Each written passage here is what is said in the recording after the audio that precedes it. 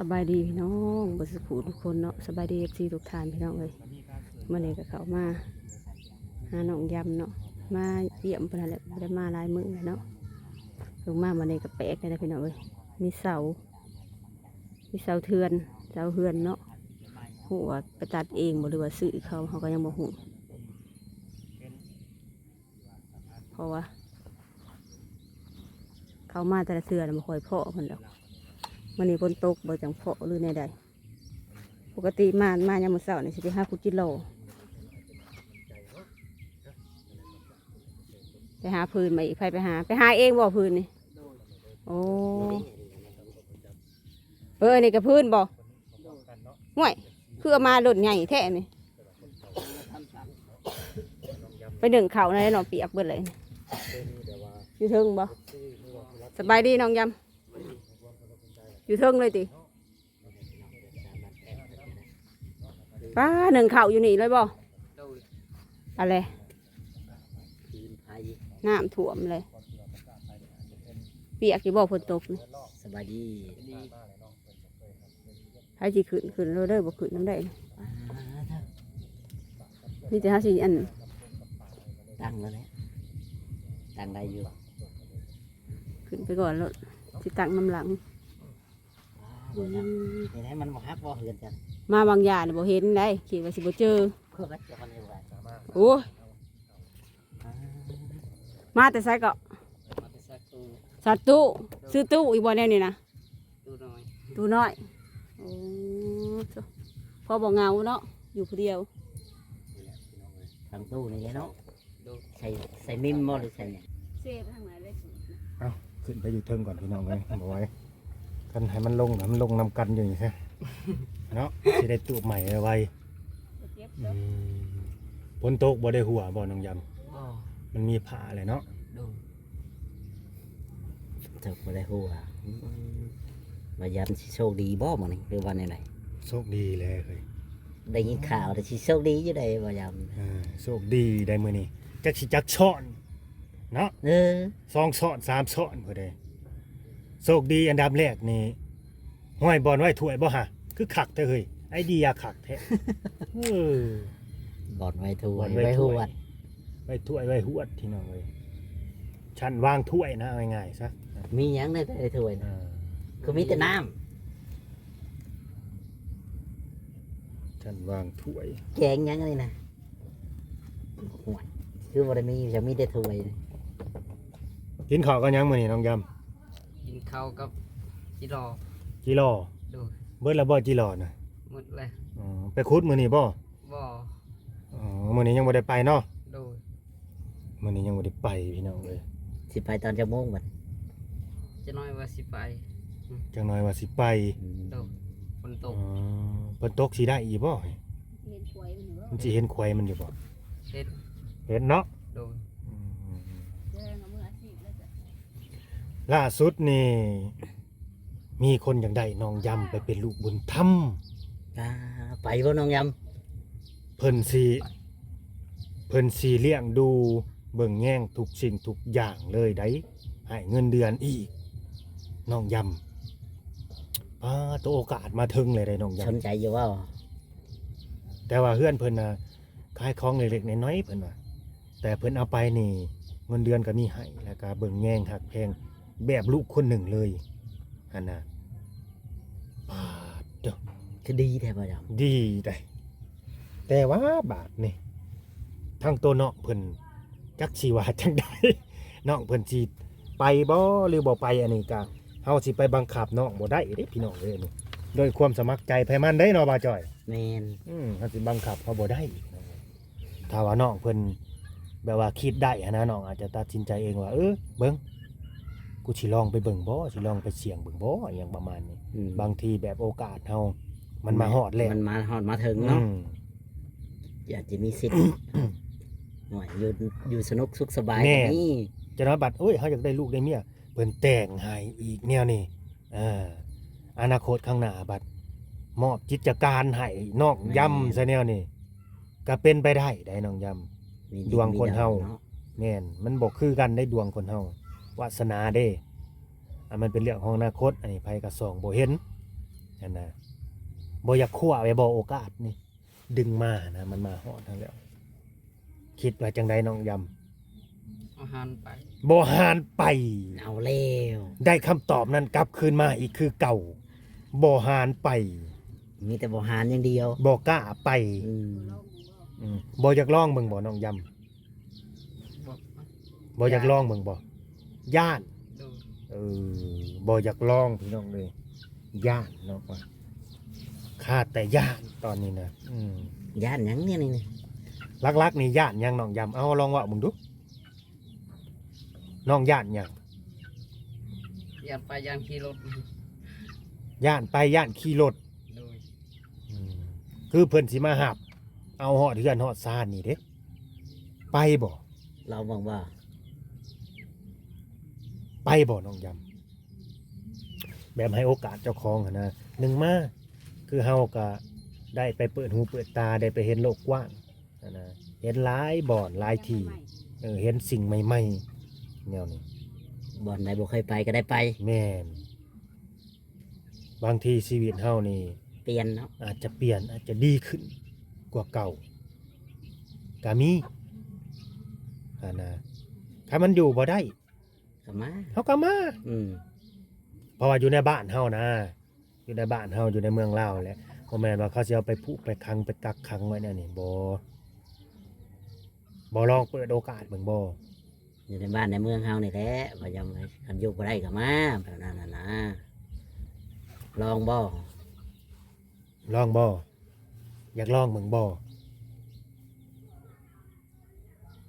หรือจังใด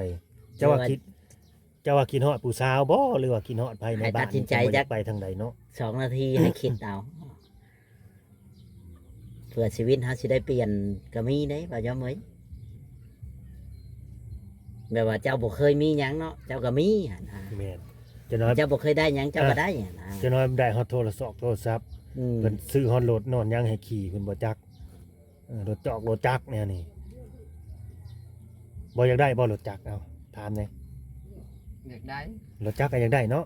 โทรศัพท์ได้อยากคิดอยากได้อยู่บ่คิดอยากได้บ่ตัวนี้ อยากได้ นานดิ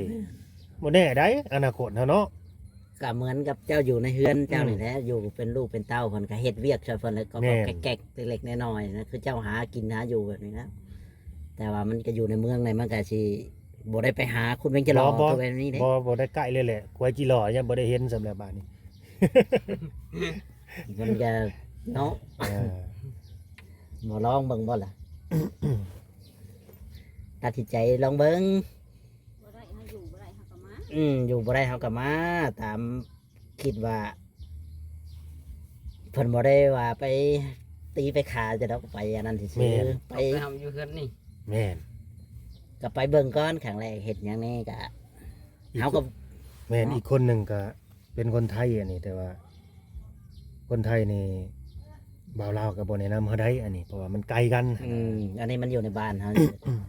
แถวบ้านเฮานี่ บางทีแบบคนไทยแบบมันสิยุ่งยากในเฮ็ดบัตรเฮ็ดเบอร์มันหลายขั้นตอนหั้นนะหลายอันหลายแนว แต่เพิ่นอยู่จังหวัดอุบลอันนี้ก็อยากได้น้องย่ำนี่ไปอุปการะคือกัน เป็นลูกเป็นเต้า ห่วยจักเป็นหยังอันนี้เป็นเพิ่นเป็นสาวโสดนะนะ โอ้ เพิ่นเป็นสาวโสดใด เอาแล้ว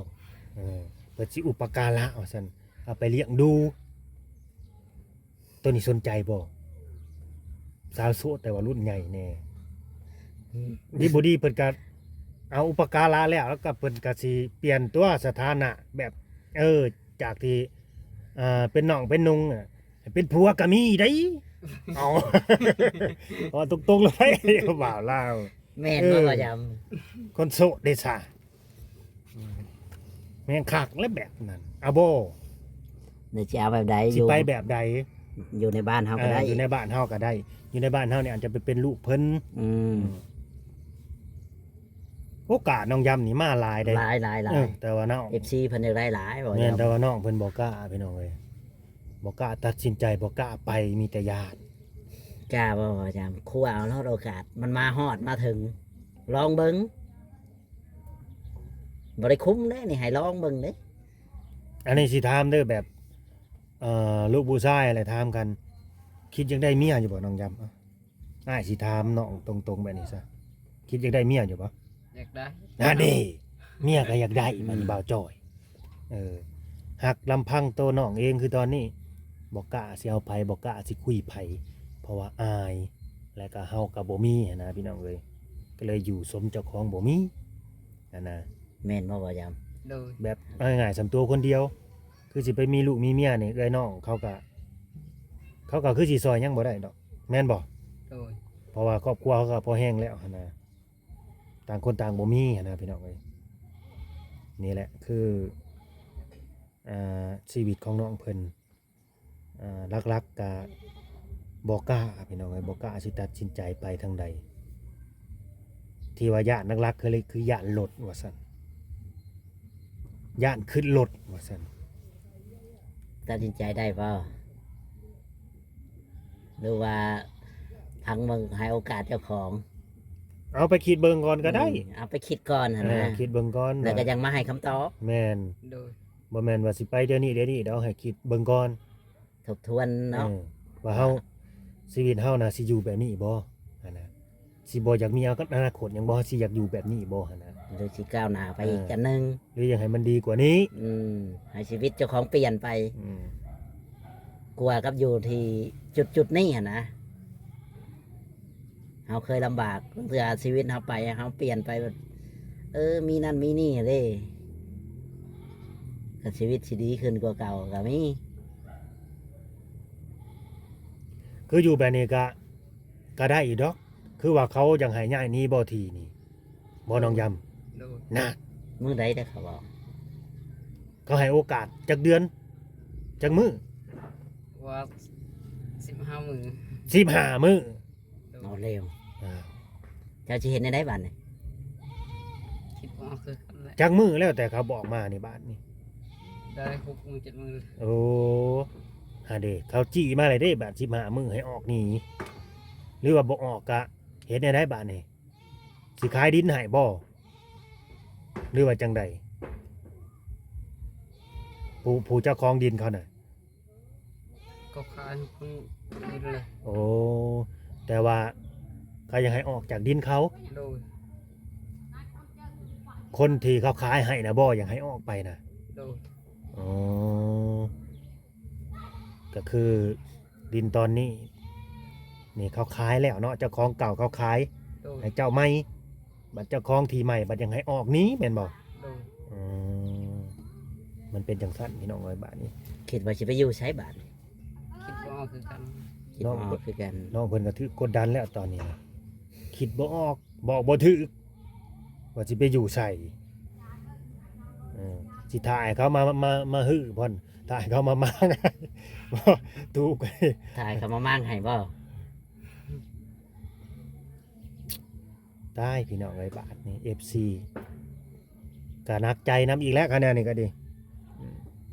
เพราะว่าคันว่าน้องเพิ่นบ่คั่วโอกาสตรงนี้เด้เขาสิให้ออกนี้เลยคันน้องเพิ่นคั่วโอกาสนี่ได้มีคนแบบว่ายืนไม้ยืนมือมาซอยเฮาแหละเด้ แล้วได้เฮาไปอยู่นำนั่นนี่ไปเป็นลูกเป็นหลานเพิ่นนั่นนี่สิลองคั่วโอกาสตรงนี้บ่ ให้น้องตัดสินใจก่อนเนาะ แม่ ต้องฟังคำตอบ ให้ตัดสินใจ แต่ว่ามาเมื่อนี้ก็คือบ่าวลาวก็มีแบบว่าผู้รักผู้ใหญ่นั่นแหละพี่น้องเอ้ยคนลาวเฮานี่แหละเพิ่นฝากเงินมาว่าให้น้องเพิ่นซื้ออยู่ซื้อกินเนาะ คือโชคดี เล็กๆน้อยๆก็บ่น้อยบ่หลาย แต่ก็โหน้องยำก็หาบ่ได้ดอกมือหนึ่งซ้ำนี่ก็ดีเนาะหาบ่ได้ดอก เหมือนบ่น้องย เอาอันแนวนี้ซะบ่าวลาวสิถามสูงสุดแต่ละมื้อนี่หาเงินได้หลายที่สุดนี่ได้มื้อละจักพันแบบได้หลายที่สุดมื้อนั่น ำมือได้มือเดียวน่ะ ขุดจิหลอนั่น ไปมื้อได้50,000 50,000 โดย อ๋อ เบิดมื้อนี่ได้50,000พี่น้องเอ้ยหรือว่า50,000กีบ นึก เนาะบ่ฮอด100ซ้ำบ่ได้100บาทซ้ำ50,000กีบพุ่นน่ะประมาณ 7-80 บาทเท่านั้นเบิดมื้อว่าซั่นม บางมือได้น้อยที่สุดน่ะได้เท่าไหร่บ่ได้เลยติ บ่ได้เลย บ่ได้เลยก็บ่ว่าหลายพี่น้องเว้ยมันว่าหลายมันสิยืดสิยาวเดี๋ยวสิเอาเงินให้ซะเพราะว่าผู้รักผู้ใหญ่เพิ่นก็ฝ ฝากมาให้หลายมื้อหลายวันแล้วแต่ว่าบ่าวลาวบ่มีโอกาสเข้ามาหลายทางมันกับเพื่อนบวกกับฝนกับตกอีกก็เลยบ่ได้เข้ามาหาน้องเพิ่นเนาะเสี่ยวให้น้องเพิ่นเอาไว้ซื้ออยู่ซื้อกินว่าซั่นเพิ่นว่าเนาะ ใช้ข้าวนะ ยังไงเดียว ไปซื้อข้าวเด้อคันใดนะก็ได้ โดย ซื้อไว้ซื้อน้ำเนาะ ซื้อข้าวไว้กิน อืม ให้เห็นได้ โดย เอาเลยบ่แม่นว่ามายามใดก็บ่เห็นนี่บ่แม่นนี่ไปซื้อไว้ก่อน ใส่ข้าวน่ะบ่แม่นตัวนั้นบ่ บ่นี่ยังไงเดียว อ๋อแล้วว่ากระสอบตัวนั้น แผ่นโซลาร์เซลล์น่ะสากยังสากโคมบ่ สักโคม โอ้ทางเบิดกะ300,000พี่น้องเอ้ยเนาะอีกคนหนึ่งน่ะ200,000อีกคนหนึ่งก็100,000นี่เงิน300,000แล้วมันกุดกิโลก็ไปเบิดมื้อเป็นอาทิตย์พุ่นจังได้ซ้ำนี่เอาน้องยำคนลาวเฮานี่แหละเพิ่นไปทำงานอยู่ไทยเพิ่นซื้อน้อยเนาะเอื้อยน้อยเอื้อยเนยแหมซื้อเนยขออภัยพี่น้องเอ้ยเพิ่นซื้อเนยเอื้อยเนยเนาะ กับเอ้ยน้อยบ่ บ่เอื้อยเนยแล้วก็อ้ายผู้หนึงก็เพิ่นอยู่ต่างประเทศนั่นแหละฝากมาไว้ให้คนที่ว่าเขาทุกข์ยากอะนะ อืม หลายบ่าวลาวไปเอ่อแล้วแต่สิให้เป็นน้ำจิตน้ำใจเขาอะนะก็ให้เงินนั่นแหละไว้ซื้ออยู่ซื้อกินใส่ให้เป็นประโยชน์เด้อ โดย ใส่เป็นประโยชน์ได้เนี่ยบ่เป็นประโยชน์อย่าไปใส่อย่าไปเฮ็ดเห็นบ่ โดย ให้ขอบมกขอบใจเพิ่นทั้งเอื้อยเนยแล้วก็ผู้ใหญ่ใจดีทั้งต่างประเทศ ว้าวได้ไหม ยกมือขึ้นขอบใจเอื้อยเนย ขอบใจเอ่ยเนย ที่ฝากเงินมาไว้ให้ซื้อข้าวซื้อน้ำ เงินเอาดู ที่ฝากเงินมา ที่ฝากเงินมา ให้น้อง ให้น้อง ไว้ซื้อข้าว ให้ไว้ซื้อเขาว ซื้อน้ำกิน ซื้อน้ำกิน แล้วก็ผู้ใหญ่ใจดี ผู้ใหญ่ใจดี อยู่ต่างประเทศ ต่างประเทศ ให้อยู่ดีมีแห้ง อายุดีไม่แห้ง สุขภาพเข้มแข็ง สุขภาพแข็งแรง ให้พวกเจ้าร่ำเจ้ารวยเด้อ ให้พวกเจ้าร่ำจำรวยเด้อ เฮ็ดหยังทำหยังไกขึ้นให้เกิน เฮ็ดหยังทำให้เกิด ต่อไป ต่อสาธุ สาธุว่าซะพี่น้องโอเคเนาะ อืม ก็ตามนั่นแหละเนาะสำหรับบ่าวลาวก็สิได้จบคลิปไว้เพราะว่าได้มอบหมายภารกิจนี่ก็ให้น้องเพิ่นได้ถือว่าเสร็จสิ้น เป็น เสร็จ ที่ สมบูรณ์ เย พี่ บ น้อง ร้อย เอ้ยเป็นที่เรียบร้อย เนาะ เนาะแล้วก็ถ้าเบิ่งว่าน้องเพิ่นสิตัดสินใจจังใดเนาะบ่าวลาวก็สิตาฟังคือกัน FC และคู่และคนก็อยากฟัง แต่ว่าเรื่องว่าสิมีการช่วยเหลือหรือว่าเอ่ออุปการะอุปถัมภ์น้องได้ก็ขึ้นอยู่กับบุญวาสนาของน้องเด้อถ้าเกิดว่าคือน้องบ่ไปนี่นะที่คือทางอ้ายมาบอกหยิบยื่นโอกาสให้นี่คือน้องบ่ไปถ้าเกิดว่ามีผู้รักผู้ใหญ่เพิ่นซอยเข้ามาเฮ็ดเรือนเฮ็ดชาติหรือว่าซื้อดินซื้อดอนนี่ก็เป็นบุญของน้องเป็นวาสนาของน้องแต่เฮาก็ยังมองบ่เห็นเนาะ โดย ว่าสิได้หรือบ่ได้นะมันเป็นเรื่องของอนาคตและกับบุญของน้องแต่ตอนนี้นะน้องมีบุญหลายแล้ว ตัดสินใจเอาเอง อืม โดย เนาะโอเคเอาสบายดี สวัสดี โดยสบายดีพี่น้องเลย